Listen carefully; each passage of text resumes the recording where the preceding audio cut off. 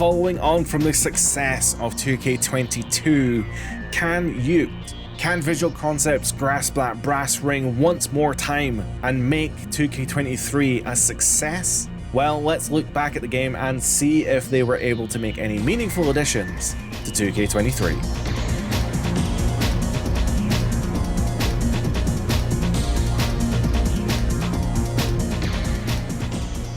Welcome to NXT UK. I specifically chose this arena because I really like the vibe. I've always really liked the graphics, like the logo for NXT UK and the red ropes and the black ring. It just looks sick as hell, and I'm so glad it's in this game. Oh, I just remembered, this game stutters like crazy on my system. There's like a motion blur that's on when characters move. So if characters do like big moves and they run really fast or whatever, there's a motion blur that's applied to the character models, and it makes my game stutter like crazy. So hopefully it doesn't happen too many more times. I'm sorry if it does. With that being said, this is of course NXT UK. We have chosen, in fact we didn't choose anything, this is all randomized, but we did randomize the option here for Bobby Splashly, as I call him. He is the almighty, part of the Hurt Business perhaps, going against American Alpha, maybe, Chad Gable, and then NXT rookie Solo Sikoa with the toes out as well. I didn't even mean for Lashley and Solo to be in matching colors. I didn't even realize that was what they wore in this game. I mean, I could have probably taken an educated guess that Bobby was going to be wearing gold, but I wouldn't have assumed that Solo was wearing gold in this game. Already with the furniture though, Solo Sikoa. In fact, Chad Gable got the candlestick first. Solo Sikoa, of course, putting the full stop on everything with that steel chair, but not going to be enough to take down Chad Gable, enough to get Lashley out of the ring though. So one thing that has to be said about 2K23, and it's a fair criticism, okay? This game is fundamentally identical to 2K22. There is literally one change in the whole game. I'm trying to even rationalize that and say if there's any other changes. Oh my god, that was on the chair. That looked sick as hell. I'm really racking my brains trying to think if there are any other changes to this game that isn't just war games. Well, anyway, the main feature to this game is of course the addition of war games. Now, war games is fantastic. I'm really glad it's in the game. I'm glad that they added it because the game definitely needs to have more game modes, and as real life WWE continues to expand and has more game or more matches associated with it, it's definitely good to have the option to do things like war games. Which makes you wonder, like, where... Oh my god, Bobby's leg is very firmly on the ropes. I don't think there are rope breaks, but it's just a very cool visual. But it makes you wonder, you know, WWE, or at least NXT recently has done I Quit matches. NXT has a specialty match with Iron Survivor, and these things are still not in the game. There are so many match types they can add to the game, like Inferno, like I Quit, like Championship Scramble, like Iron Survivor, or even like some fucking TNA matches. Get some King of the Hill in there or something. What's it called? King of the Mountain or whatever they call it? I don't know. The thing where you got to put the thing up the ladder. The point I'm trying to make is that there are definitely match types that can be added to the game, and maybe they should one day, and I hope they are. But from the span of 2K22 to 2K25, they're only, well, you know, it's not fair.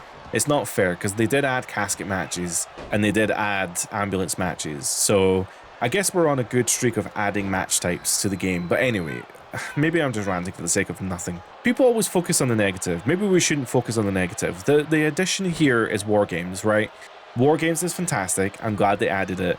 Ultimately, I think it's a little cheeky, even though the game is super solid. I think they've done a great job with like the graphics, the arenas, obviously it's not on here, but the commentary is good. Just everything about the game is actually really solid and really good, but it's also very cheeky of them to release 2K23 that is essentially the exact same game from 2K22 with a very slight roster upgrade and the addition of war games.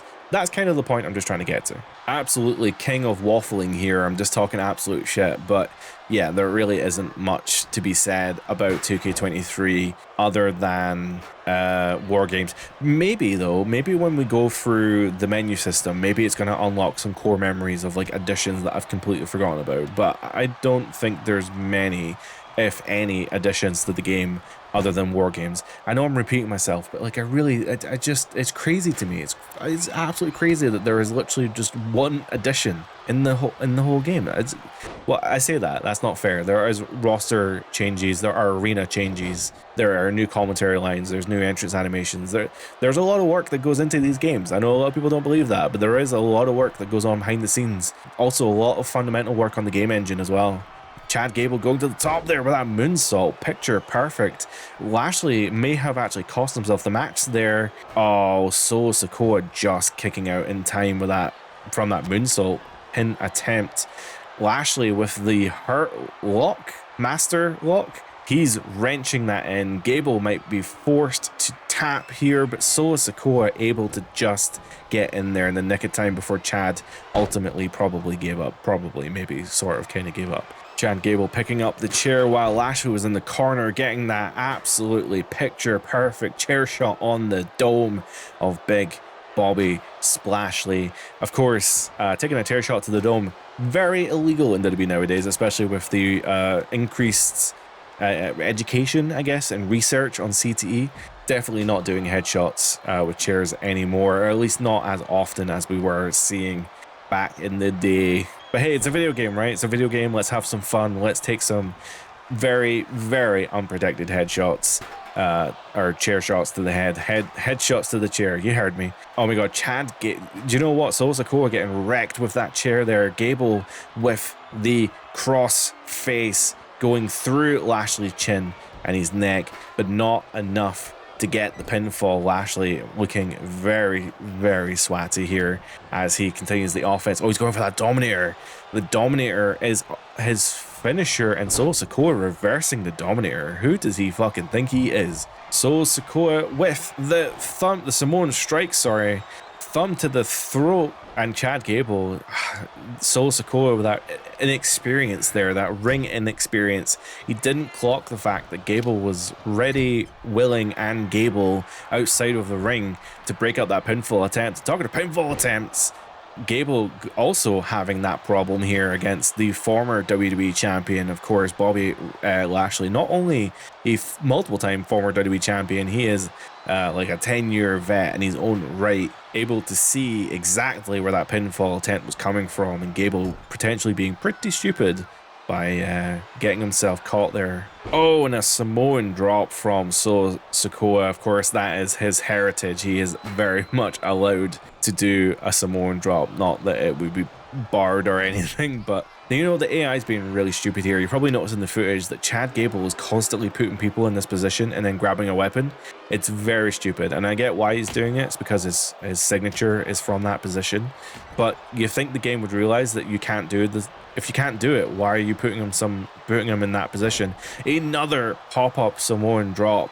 Solo Sikoa, though, again, absolute rookie error. All right, rookie error there as he tries to go for the pin off of Chad Gable, while Lashley does hops outside the ring. What the fuck is going on here? Solo Sikoa with another Samoan spike. Lashley, oh my God, Lashley stealing the win here potentially.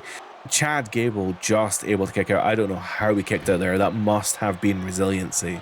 He must have used really, I don't know in what world Gable would have kicked out of that Samoan spike. But Lashley very, very close to stealing the win. Although, talking of stealing the win, he's locked in that master lock, and Gable taps. Solo Sikoa not able to get in time, which means that, wait, what? Oh my God, Lashley getting absolutely screwed here. Referee did not see the tap, I suppose. So I thought Solo was going for a pinfall there.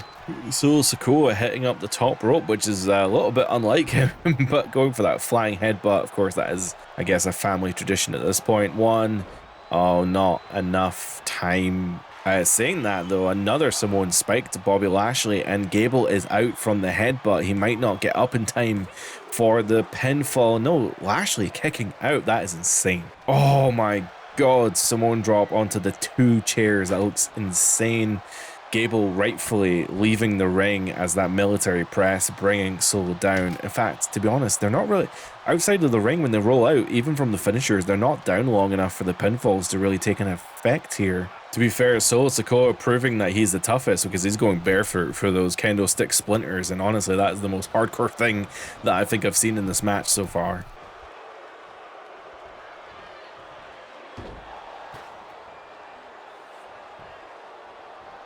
Exploder suplex from Gable, going for the pinfall, and Lashley not able to get up in time, which means that Gable gets the win off of the Exploder suplex. What a match we just experienced here, a lot longer than I thought it would. I thought that would be like a couple minutes at most, but I guess adding that third person just elongated the match. But hey, congrats to Chad Gable for getting the win here. Let's have a look at some of the game systems and modes from the menu. As transitions go, that is probably one of the worst transitions I can ever think of.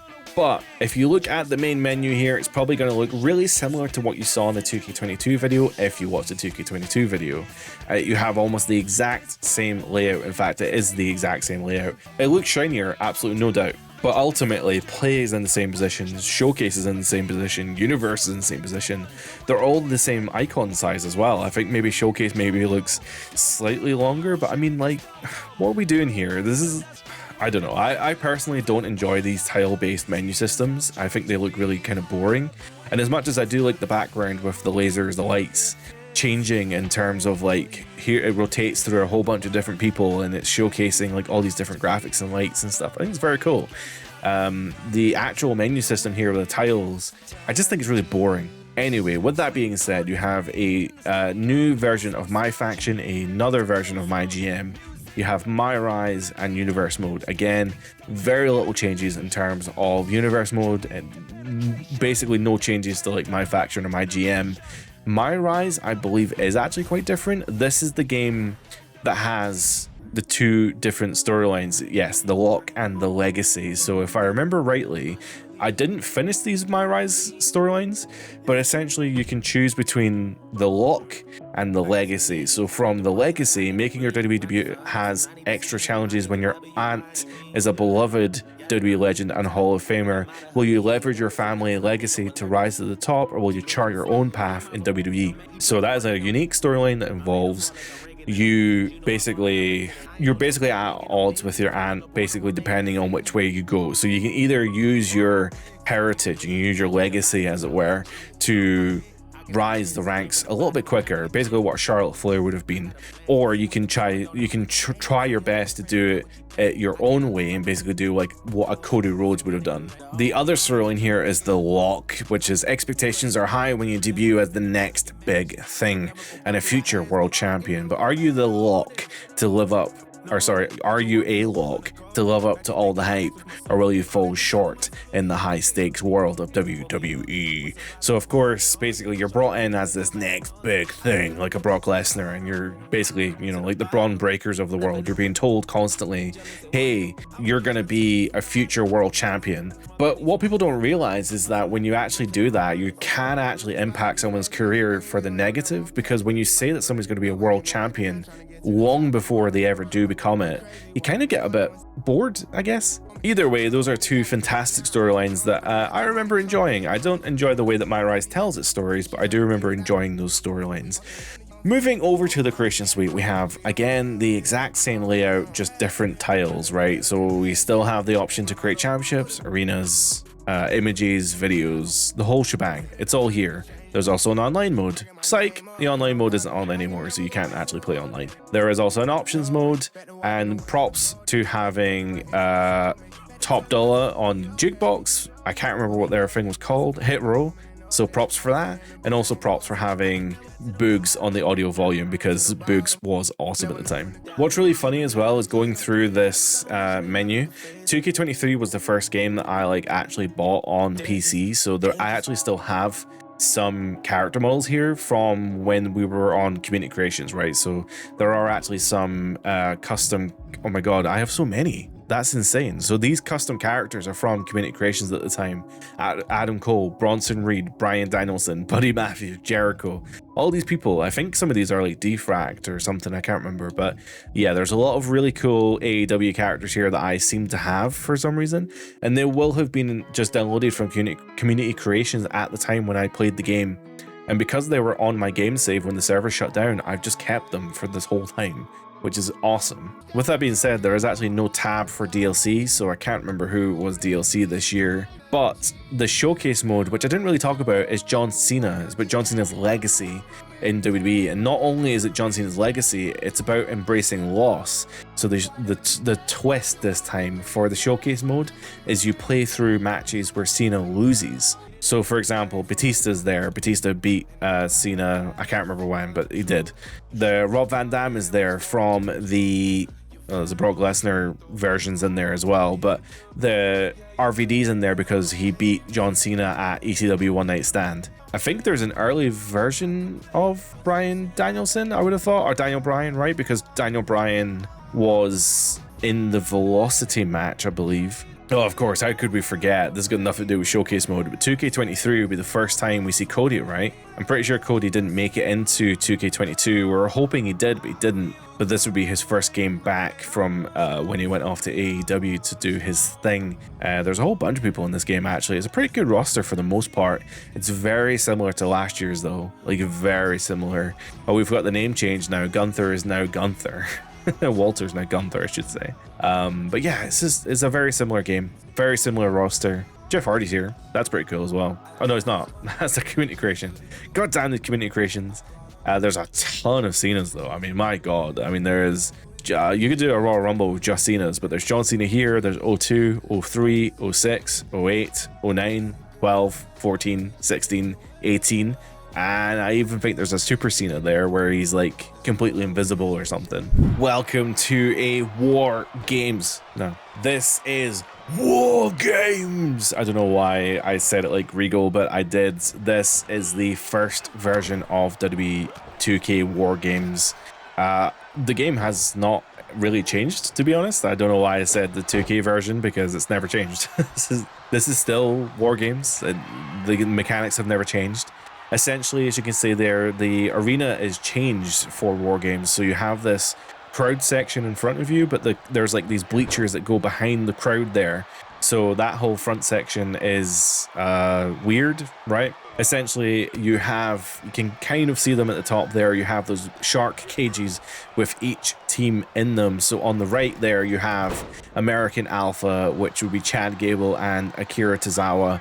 And then on the left there, you have Imperium, so that's going to be Gunther and Fabian Eichner. Starting off the match in the ring, I should have, of course, announced them up and front, but we have representing Imperium, Ludwig Kaiser, and for American Alpha, we have the wonderful Otis Dozovic. What was his last name again? I think it was Dozovic. I can't remember. We have our first entrant into the match as well here. We have Gunther coming down the aisle, and he has opted the way of pain. He has opted to go for a table.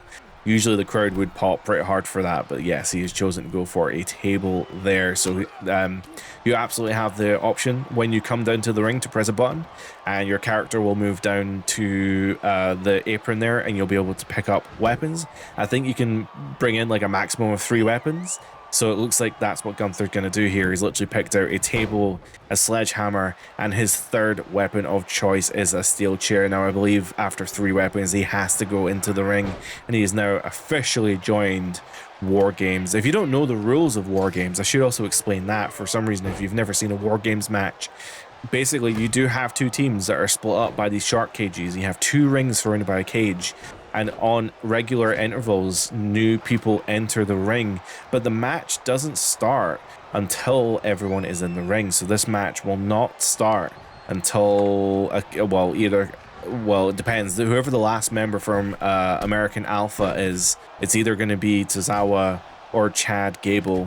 Whoever that person is to enter the ring last, that is when the match officially begins. In saying that, we're going to find out who the last entrant is shortly, because either one of American Alpha is about to enter the ring. Chad Gable making his way to the ring. So that means that Akira Tozawa will be the last entrant into this match, and it does not matter one bit what happens at this point in the match. Otis can, you know, Otis was just in a submission move. He can tap out if he wants. You can trigger a knockout. You can do anything. It doesn't matter. None of it matters. There is no way to end the match prior to Akira Tozawa entering the ring. Now, you're probably wondering as well, this cage has no roof. This isn't like a Hell in a Cell situation. There is no roof. That was fucking insane, Gable. He just did like a front flip to kick Kaiser in the face. But yes, there is no roof on the cage. You are correct, and your eyes do work. You can actually dive off the top of the cage. You can do pretty cool dive moves off the top of the cage, and you can, you know, put people through tables, or you can dive into a group, or whatever you want to do. You can do that. What's super cool as well is if you are on top of the cage, I don't know if we're actually going to see it in this match because it's the AI controlling it, and they are sometimes really dumb. If you are on top of the cage, you can butt slide your way from left to right, and you can decide where you want to kind of jump off from. If the opponent also climbs the cage and you have two people on top of the cage at the same time, you can actually trigger a minigame or use a finisher or something. I can't remember exactly how, but you can actually throw your opponent off the top of the cage to the outside of the ring. And what that would trigger is the end of the match. If you force your opponent out of the cage, or essentially if you leave the cage, you're losing the match by forfeit. So if you actually force your opponent out of the cage by throwing them off the top of the cage, that means the other team forfeits and you win, which is kind of crazy to think about. The whole time I'm ranting here, Fabian Eichner outside of the ring, getting ready to join the fray here. He has brought in another table, and it's a second table and a kendo stick. And at that point, he has chosen now to join War Games. And actually, Ludwig Kaiser climbing the cage there. So we are going to see potentially a dive here. Kaiser, no, he's opted to take himself down from the cage. He was thinking about it. So at this point in the match, oh my god, Gable being thrown through the, oh my god, that was insane. That looked so cool. He got thrown from one side of the one ring to the other ring through the table, and while I'm gushing over that, Fabian Eichner just hit one hell of a crossbody off the top of the cage. Honestly, War Games is so much fun. I love the fact it's been added to the game. Oh, there's even a sleeper hold there on Gable. If he was to tap, it wouldn't matter. I don't even know what I was originally saying. I've completely lost track of what I was saying there, but none of that matters because Akira Tozawa is about to enter the ring. Once he enters the ring, though, War Games officially begins, and what that means is that any pinfall, any submission, or any leaving the cage forfeit attempt is now legal. So essentially, once Akira enters the ring, the match can end. So we're looking out here to see what happens. The bell has rung. I've moved my camera because the action spread across two rings. And what you typically find in these kind of matches is that because what is happening with Eichner? What the hell? Why his arms are broken? What the hell? Okay, I've never seen that before. So what you typically see with these War Games matches is the fact that these matches go on for so long, and obviously the first people in are the ones who get the most damage. So I guess Kaiser and Otis are probably in the most damage. So if somebody was to do like a big move, a submission, a pinfall on either one of those guys, you can probably win the match pretty quickly, assuming that the other team members aren't going to interrupt the pinfall. So that's kind of what we're looking out for here, as Fabian Eichner losing he's defying gravity over there. I don't know why he's broken. He must have been trying to pick up a weapon or something. I don't know. His arms are completely broken. It looks very funny. Oh, his arms were attached to the chair. I think Ludwig Kaiser picked up that chair and Eichner's arms are now fixed. So I'm assuming that that's what that is. I've also just realized that Eichner's name, I'm calling him Fabian Eichner, but that wasn't his name. Don't know where that name came from. His name for the longest time was Marcel Barthel. I'm talking here about Otis. Otis on top of the cage. He's going to do one hell of a dive onto Marcel Barthel. I can't remember if Fabian Eichner was his WWE name or not, but oh no, it wasn't even that. Oh my god, he's got another name. What was that? It says Vinci. What was? Oh my god, that rings a bell. Wasn't he doing like a photographer model gimmick or something? I've totally blanked on people's names. Did he have 3 names in WWE? Otis going for the pin on Eichner and getting the win. Team Otis getting the win as Chad cheekily throwing Gunther on top of that chair. That is crazy. Where's this cage? Oh, the rope looked like it was in front of the cage. I was like, where's the cage here? But congratulations to American Alpha winning the War Games here, and there were some really cool moments. But I think that is a really good showcase of how fun War Games can be in the 2K games. Otis, even though he's bleeding, bleeding out. Yeah, I really enjoy this game. I think it is, yeah, we'll talk about it shortly. Again, terrible transition, literally mid-sentence transitioning to this. Who do you think I am? I think 2K23 is a really solid game. Ultimately, 2K22 is a really solid game. And since this is like the exact same game, just War Games, then obviously it's going to be a really solid game. I think ultimately, I keep saying ultimately, it's super cheap that they kept the game exactly the same as it was. They just upgraded little bits here and there. And they basically retextured the game and then sold it to you for full price with the addition of War Games. That's a little cheeky. That is a little cheeky. But saying that, I do like the game. I did play 2K23 when it came out and I had a lot of fun with it, even though I do realize that it's such a similar game. With that being said, that is going to be us for today. Thank you very much for watching. I hope you enjoyed 2K23 as much as I did. If you did, please consider hitting the like button or subscribe if you want to see more. If you are watching on mobile, you also have the option to hype the video that puts us onto another leaderboard that YouTube can use to like send the video to new people. So if you want more people in this small community that we have, then you need to hype the video, you need to like the video and let people know that you want to watch more. With that being said, thank you so much for watching. I hope you have a great week. We'll be back this time next week for WWE 2K24. You can literally see the thought leaving me as I said that. That was crazy. Thank you so much for watching, everyone. Hope you have a great week. Bye for now.